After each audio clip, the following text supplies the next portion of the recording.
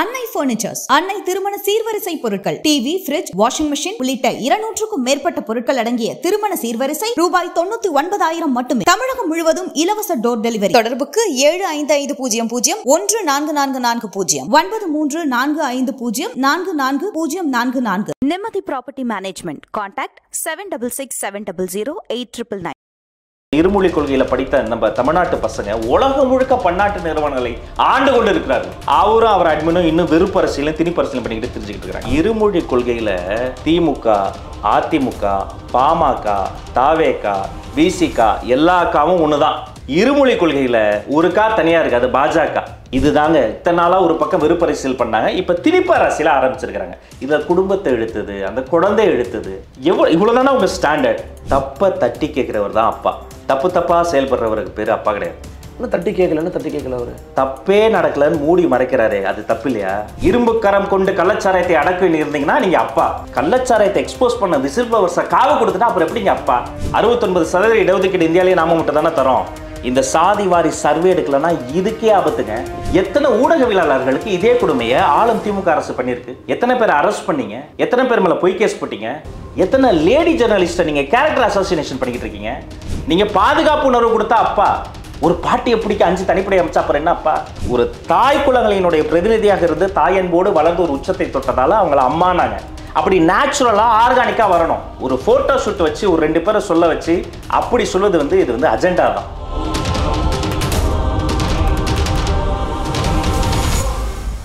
Fourth state Tamil நேயர்களுக்கு அருள்மொழிவர்மனின் அன்பார்ந்த வணக்கங்கள். இது உங்கள் ஃபோர்த் ஸ்டேட் தமிழ் வழங்கும் பெருதனும் பெருதுகள் நிகழ்ச்சி. இன்றைக்கு நம்ம வந்திருக்கிறார் தமிழக வெற்றி கழகத்தினுடைய கொள்கை பரப்பு செயலாளர் மிரதக்குரிய அண்ணன் திரு ராஜ்மோகன் அவர்கள். வணக்கம். வணக்கம். எப்படி இருக்கீங்க? நல்லா இருக்கேன். எப்படி இருக்கீங்க? நார்மலாக இருக்க. மிக்க மகிழ்ச்சி. தமிழ் பேச்சு எங்கள் மூச்சில் பார்த்த முகம் நீங்கள். அன்றிருந்து ஆரம்பித்து தொடர்ந்து தமிழ் களங்களில் பணியாற்றிட்டு இருந்தீங்க. இன்றைக்கி கட்சியில் ஒரு முக்கியமான ஒரு பொறுப்பில் இருக்கிறீங்க. மனமார்ந்த வாழ்த்துக்கள் வந்து தெரிவிச்சுக்கிறேன். ஸோ இன்றைக்கி நம்ம பார்த்தோம் அப்படின்னா முதலமைச்சர் மற்றும் தமிழ்நாட்டினுடைய பெரும்பாலான கட்சியில் இருக்கக்கூடிய ஒரு விஷயம் மும்மொழி கொள்கை விவகாரம் தொடர்பாக நிறைய பேர் பேசிக்கிட்டு இருக்காங்க. உங்கள் கட்சியின் தலைவரும் அது தொடர்பாக ஒரு அறிக்கையும் வந்து விடுத்திருந்தாங்க, ட்விட்டர் வழியாக பேசியிருந்தாங்க. ஆனால் அதில் போகிற போக்கில் நடுவண் அரசு மட்டும் இல்லாமல் அதே போல் இந்த விகடனுடைய முடக்கம் தொடர்பாக கூட பார்த்தோம் அப்படின்னா மாநில அரசையும் ஒரு அடி அடிச்சுட்டு போகிறீங்களே. நடுவண் அரசின் மீதான தாக்குதலை ரொம்ப ஒருமுகப்படுத்தாமல் கூடுதலாக மாநில அரசு சேர்த்துக்கிறது அப்படிங்கிறது எந்த வகையில் சரியா இருக்கும்னு நினைக்கிறீங்க? நீங்கள் நடுவண் அரசு அப்படின்னு சொல்கிறீங்க, தலைவர் ஒன்றிய அரசுன்னு சொல்கிறாரு. ஒன்றிய அரசா ஆம் ஆத்மி தானே இருக்காங்க? இல்லையே. அமமுக இருக்காங்களா? இல்லை. பாஜக தானேங்க. ஒன்றிய அரசுனா பாஜக, அதில் எந்த மாற்று கருத்தும் இல்லை. அதே மாதிரி மாநில அரசாக திமுக இருக்கிறது.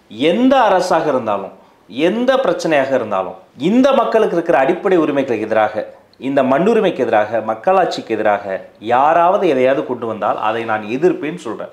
ஒரே பால்ல 2 பக்கமும் அடிச்சிருக்காரு. இதுல என்ன தவறு? இப்ப என்ன தெரியுமா, இந்த பிரச்சனையில நீ ஏன் டெல்லியை மட்டும் கேள்வி கேட்கல, என்னையே ஏன் கேட்கிறேன்னு நீங்க கேட்குறீங்க பார்த்தீங்களா?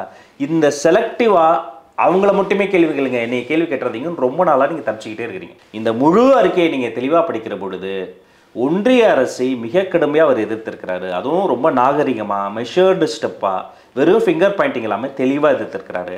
அதே போல் வேறு ரூபங்களில் வேறு பிரச்சனைகளை மாநில அரசு வந்தால் அதையும் எதிர்ப்புங்கிறத தெளிவுபடுத்தியிருக்கிறாரு.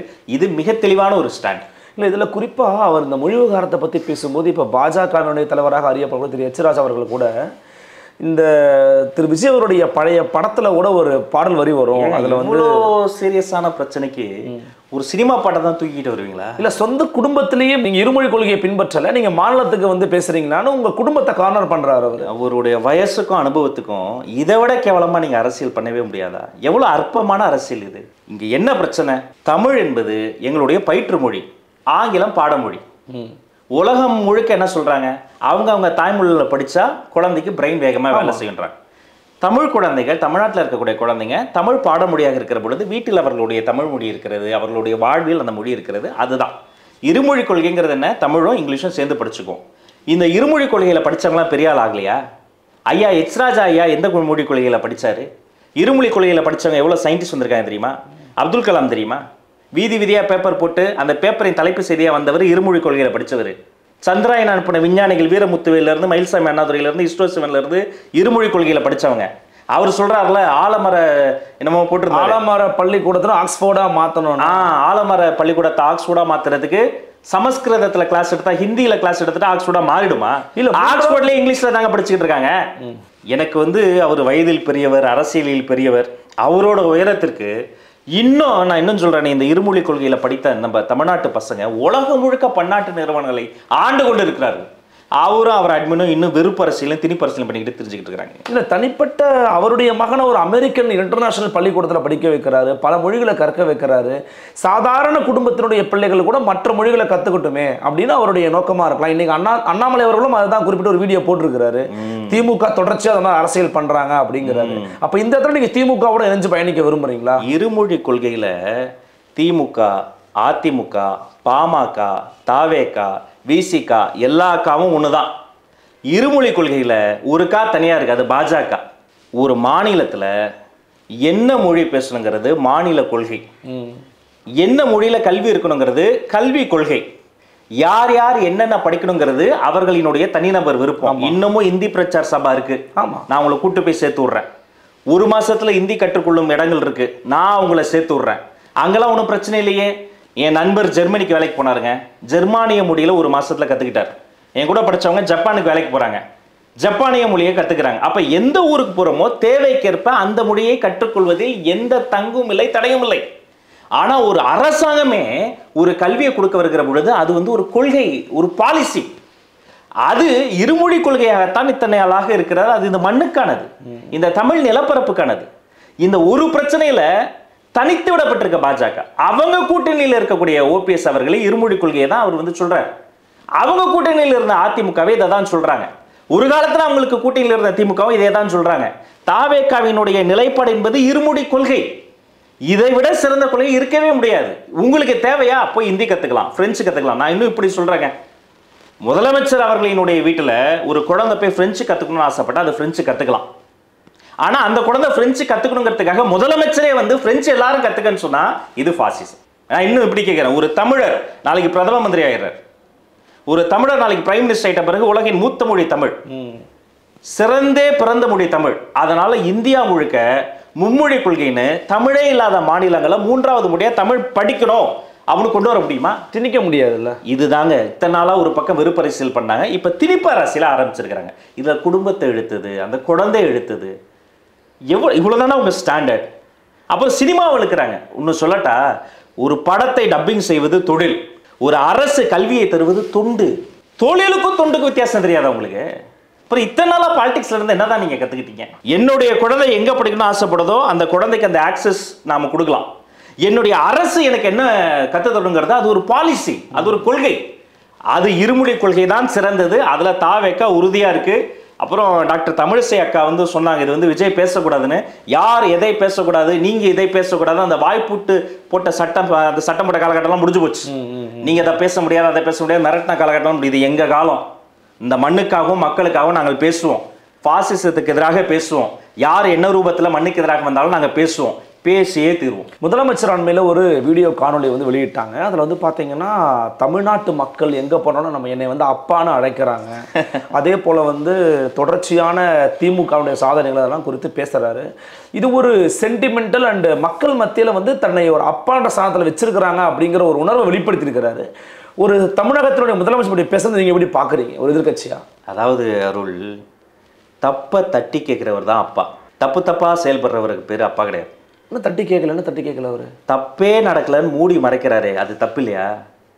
இன்னைக்கு நேற்றுக்கு கொலை கொள்ளை நடக்கல, எல்லா ஆட்சியும் நடக்குது. என்ன தெரியுமா பிரச்சனை? அப்படி ஒரு சம்பவமே நடக்கலன்னு அடுத்த நாள் ஒன்று வரும் பாருன்னு எல்லாரும் இன்னைக்கு எழுதுறோம் பார்த்தீங்களா? இதுதான் பிரச்சனை.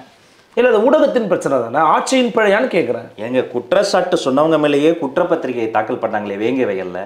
இன்வெஸ்டிகேஷன் முடியும் போது வர்றதாங்க முடிவு பண்ணிட்டு இன்வெஸ்டிகேஷன் பண்றாங்கன்னு சொல்றாரு வழக்கறிஞர் சமூக ஆர்வலர் பாப்பா மோகன். புல்லட்ல போனவர் கையை வெட்டிட்டாங்க, எங்க ஏரியாவில் புல்லட்ல நீ எப்படி வருவேன்னு சாதி வன்மத்தோட கையை வெட்டிட்டாங்க. அதற்கு காரணம் வந்து சாதியே கிடையாதுன்றாங்களே. ஏங்க எந்த கள்ளக்குறிச்சியில் 70 பேர் கள்ளச்சாராயத்தில் செத்தாங்களோ அந்த கள்ளக்குறிச்சியில் கள்ளச்சாராயத்தை எக்ஸ்போஸ் பண்ண 2 கல்லூரி மாணவர்கள் பிரியூச்சுவலி இரட்டை கொலை. அதுக்கு காரணம் வந்து கள்ளச்சாராயம் கிடையாது, முன்விரோதம். சரி, எதனால முன்விரோதம்? கள்ளச்சாராயத்துல தானே முன்விரோதம். இரும்பு கரம் கொண்டு கள்ளச்சாராயத்தை அடக்க இருந்தீங்கன்னா நீங்க அப்பா. கள்ளச்சாராயத்தை எக்ஸ்போஸ் பண்ண விசில் ப்ளவர்ஸை காவு கொடுத்துட்டா அப்புறம் எப்படிங்க அப்பா?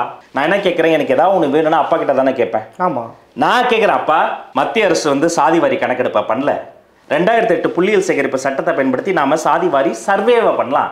50 நாள்ல தெலுங்கானால பண்ணிட்டாங்க, இந்த கர்நாடகாவில் பண்ணிட்டாங்க. தயவு செஞ்சு நீங்க பண்ணுங்கப்பான்றேன். என்ன கேட்காத, நீ டெல்லியில போய் கணக்கெடுப்பு பண்ணலன்னு ஏன்னா அவனை கேளு அப்படின்னா அப்புறம் அடுத்தவனை கேட்கணும். அப்புறம் என்ன நீங்க அப்பா வாட் இஸ் தி யூஸ் இருக்குல்லண்ணா, இதான் என்ன பலன் வர போகிறது? இதைத்தான் சாதிவாரி கணக்கெடுப்புக்கு முன்னாடி சாதிவாரி சர்வே பண்றதன் மூலமாக ஒரு மிகப்பெரிய பலன் இருப்பதால தான் தெலுங்கானால பண்ணி சட்டமன்றத்தில் விவாதிக்கிறாங்க. வெறும் அந்த சென்சஸ் மட்டும் கிடையாது, இந்தியாவில் நடைபெறுற அந்த சென்சஸ் கணக்கெடுப்பு என்பது தலைகளை கணக்கெடுப்புது. இங்கே வர்றாங்க, என்ன ராஜகுமார் வீட்டில் ஆண்கள் எத்தனை, பெண்கள் எத்தனை, SC ST இருக்கா, மைனாரிட்டி யாரு, இவ்வளோதான் டேட்டா எடுப்பாங்க. ஆனால் நாங்கள் சொல்றது சர்வே என்பது புள்ளியல் எடுக்கலாம். SC ST குள்ளார எத்தனை பேர் இருக்காங்க தெரியுமா, உட்பிரிவு இருக்காங்க தெரியுமா, அதை 8ஆம் வகுப்பை தாண்டவங்க யாரு, பெண்களை முதல் தலைமுறை பட்டதால் யாரு, கவர்மெண்ட் ஸ்கீம்ஸ் இருக்குல்ல அது ரூட்ஸ் வரைக்கும் போயிருச்சான்னு செக் பண்றதுக்கு, ஒரு மெஷர் பண்றதுக்கு இந்த சாதிவாரி சர்வே வேணும். டேட்டா கிடைக்கும்ன்றீங்க. டேட்டா அதுதான் இன்னைக்கு டெக்னாலஜியினுடைய இந்த காலகட்டத்தினுடைய கோல்டு. டேட்டா எக்கச்சக்கமா கிடைக்கும். 69% இடஒதுக்கீடு இந்தியாவிலேயே நாம மட்டும் தானே தரோம். இந்த சாதிவாரி சர்வே எடுக்கலன்னா இதுக்கே ஆபத்துங்க. நீங்க பார்த்திருப்பீங்க, ஒரு கேஸ் போயிட்டு இருக்கு, டாக்டர் அன்புமணி ராமதாஸ் கூட சொல்லியிருக்காரு, நீங்க மட்டும் ஏன் 69% இடஒதுக்கீடு தரீங்கன்னு சொல்லிட்டு கோர்ட்டு கேட்குது. அதற்கு நீங்க டேட்டா தரதற்காக உங்களுக்கு ஒரு டேட்டா வேணும்ல, அந்த டேட்டாவை தருவதற்காவது நீங்க கேஷ் பேஸ் சர்வே எடுங்கப்பான்றோம். இல்ல நீங்க டெல்லிக்கல்னா அப்புறம் என்னங்க அப்பா நீங்க பண்ணுங்கன்றோம். இது திராவிடியன் எத்தோஸ் இருக்கு பாருங்க, அதாவது திராவிட விடுமைகள் இருக்கு பாருங்க, இந்த மண் சார்ந்த திராவிடம் இருக்கு பாருங்க, அதை காப்பதற்காவது நீங்க காஸ்ட் பேஸ் சர்வே எடுக்கணும். இவ்வளவும் சொல்லிய பிறகும் இல்ல நீங்க டெல்லியை கேளுங்க, இதனால எந்த பயனும் இல்லை, நீங்க பண்ற ஆடம்பர விளம்பரங்களால என்ன பயன், ஷூட்டிங்னால என்ன பயன், போட்டோ ஷூட்டால என்ன பயன், ரேலி போறன்னு நம்ம பிரைம் மினிஸ்டர் சொன்னமே, அதை விட பயங்கரமா ரேலி போயிட்டு இருக்கீங்களே அதனால எந்த பயன், அரசியல் ஆதாயத்தை தாண்டி அதெல்லாம் எந்த பயனும் கிடையாது. ஆனால் நான் சொல்றதால என்ன பயன்னா அவ்வளோ டேட்டா கிடைக்கும், சட்டமன்றத்தில் விவாதிக்க முடியும். இது எல்லாத்தையும் பண்ணா அவரு தமிழகத்திற்கு அப்பா, பண்ணலன்னா ஐயோ அப்பா என்னை விட்டுருங்கப்பான்னு ஒரு மீம்ல போட்டேன், அதான் ஞாபகத்துக்கு. இல்லை ஆனால் நீங்கள் தொடர்ச்சியாக வர ஃபோட்டோ ஷூட் மற்ற விஷயங்கள் சொன்னாலுமே கூட மக்கள் மத்தியில் நான் போகிறேன், ஆன்டி இன்கம்பன்சி இல்லைங்க ப்ரோ இன்கம்பன்சி இருக்குன்னு அவர் சொல்கிறாரு. அது வந்து அவர் பார்க்கறதுலாம் வரக்கூடிய உணர்வு தானே. அவருக்கு யாராவது தப்பாக சொல்கிறாங்களா இல்லை அவரே அப்படி சொல்கிறாரான்னு எனக்கு தெரில. ஆன்டி இன்கம்பன்சியை மெஷர் பண்ண முடியும் அருள், மக்கள் மத்தியில், ஊடகங்களில், பெண்கள்கிட்ட, சிந்தனையாளர்கள்கிட்ட, சமூக ஆர்வலர்கள்கிட்ட என்ன உணர்வு இருக்குன்னு ஆன்டி இன்கியூபன்ஸை மெஷர் பண்ண முடியும். ப்ரோ இன்கியூபன்ஸை என்ன மெஷரில் நீங்கள் வைக்கிறீங்க? பார்க்குற இடங்களெல்லாம் மக்கள் அப்பான்னு கூப்பிடுறாங்க, பெண்களுக்கு இலவசமாக மாதம் வந்து உரிமை தொகை கொடுக்குறாங்க, இலவச பேருந்து பயணம் கொடுக்குறாங்க, தமிழ் புதல்வி திட்டம் கொடுக்குறாங்க, தமிழ் புதல்வன் திட்டம் கொடுக்குறாங்க, காலை சுற்றுண்டி கொடுக்குறாங்க. என்ன கொடுக்கல உங்களுக்கு? ஒரு நேச்சுரல் டிசாஸ்டரை பார்த்து மதிப்பிடலாம். புயல் வந்துருச்சு, சுனாமி வந்துருச்சு, பூகம்பம் வந்துருச்சுன்னு பார்த்து மதிப்பிடலாம். ப்ரோ இன்கியூபன்ஸ்லாம் பார்த்து மதிப்பிட முடியாது. எத்தனை பேரை செட்டப் பண்ணி கூட்டு வந்து பேச வைப்பாங்க தெரியுமா? அவ்வளோ பெரிய கான்வாய் போகும், கரெக்டாக 2 பேர் இப்படி நிற்பாங்க ஓரமாக, கரெக்டாக அவங்களுக்கு பின்னாடி 2 பேர் இருப்பாங்க, கரெக்டாக அதுக்கு பின்னாடி ஒரு கேமரா இருக்கும். அவர் சிஎம் போகிற கார், அந்த 14 காரில் ஒரு கார் மட்டும் அங்கே வந்து நிற்கும், இவங்க குடுகுடுன்னு ஓடி போய் ஒரு பெர்ஃபார்மன்ஸ் பண்ணுவாங்க.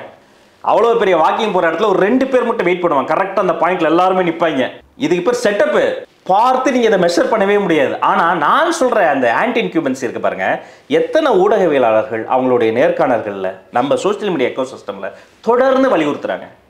குறிப்பாக இந்த கடந்த 2 வருஷம் இருக்கு பாருங்க, ரொம்ப உச்சக்கட்டங்க. இன்னைக்கு விகடன் போன்ற ஒரு பெரிய ஊடகம் வந்து அதுக்கு ஒரு பெரிய ஒரு அநியாயம் நடக்கிறது, அதற்கான ஊடக உரிமைக்காக குரல் கொடுக்குறோம். எத்தனை ஊடகவியலாளர்களுக்கு இதே கொடுமையை ஆளும் திமுக அரசு பண்ணியிருக்கு? எத்தனை பேர் அரெஸ்ட் பண்ணீங்க? எத்தனை பேர் மேலே பொய் கேஸ் போட்டீங்க? எத்தனை லேடி ஜேர்னலிஸ்ட்டை நீங்கள் கேரக்டர் அசோசினேஷன் பண்ணிக்கிட்டு இருக்கீங்க?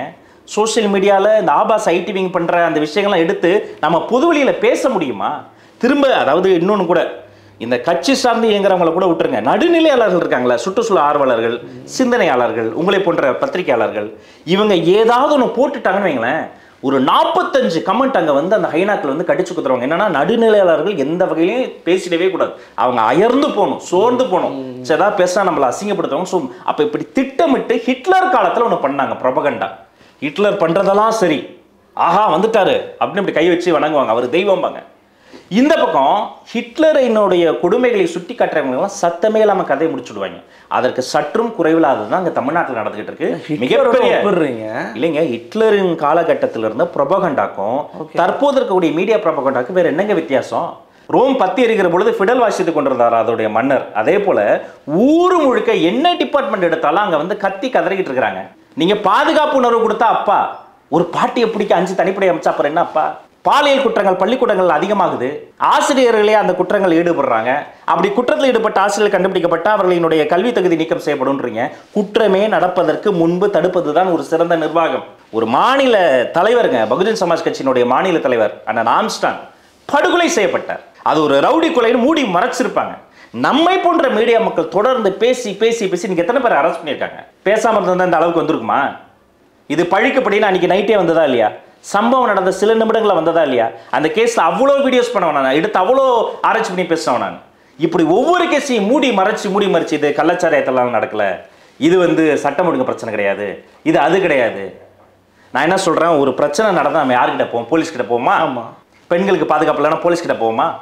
கல்பனான்ற ஒரு பெண் ஏடிஜிபி சொல்றாங்க, என் உயிருக்கு பாதுகாப்பு இல்லை, ஏசியில் உயிரோட நீ கொளுத்த பார்த்தாங்க. இந்த என்ன கொடுமை? இதெல்லாம் தான் ஆன்டி இன்க்யூபன்சி. இதை அட்ரஸ் பண்ணுங்க. அட்லீஸ்ட் இவங்க என்ன தெரியுமா பண்றாங்க, அப்படி ஒன்று நடக்கவே இல்லைன்னு பூசி முழுகி நல்லா தான் இருக்கும்னு காட்ட ட்ரை பண்ணுங்க. நோ, அதை அட்ரஸ் பண்ணுங்க, ரூட்ஸுக்கு போங்க, அட்லீஸ்ட் சால்வ் பண்ண ட்ரை பண்ணுங்க. ஒரு வருஷம் இருக்குல்ல, மற்ற கட்சிகள்லாம் இந்த விமர்சனம் சொல்லிட்டு தானே இருக்க போறாங்க. விமர்சனம் சொல்பவர்களின் மீது விமர்சனம் செய்வதற்கு பதிலாக உங்களை திருத்திக்கங்க. அப்பான சொல்றதுக்கான இன்னும் அதுக்கான தகுதியோ அதுக்கான நேரமோ இன்னும் ஸ்டாலினுக்கு வரலன்றீங்க.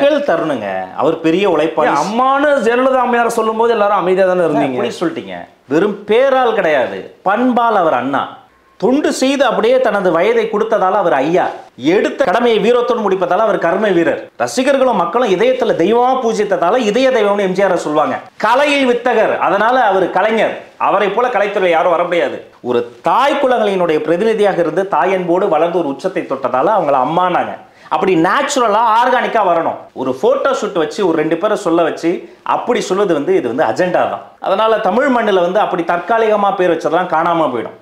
மக்களா இயல்பாக தரும்போது அதை ரிசீவ் பண்ணிக்கலாம். நீங்களா அவசரப்பட்டு உன்னை சொன்னீங்கன்னா அது எள்ளி நகையாடி ட்ரால் பண்ணிட்டு இருக்கிறாங்க. அவங்க சொந்த கட்சியை சார்ந்தவங்களுக்கு வேணா அவர் ஒரு ஃபாதர்லி ஃபிகரா இருக்கலாம், மிகப்பெரிய சீனியர் மோஸ்ட் பொலிட்டிஷியன் தான், அதில் மாற்றுக்கிறது கிடையாது, உழைப்பால வந்தவர். ஆனால் ஒட்டுமொத்த தமிழத்துக்கும் அப்பாவானா அவருடைய பட்டத்து இளவரசர் இருக்க வேண்டுமானால், அவருடைய மகனுக்கு வேண்டாமல் நீங்கள் ஒரு நல்ல அப்பா.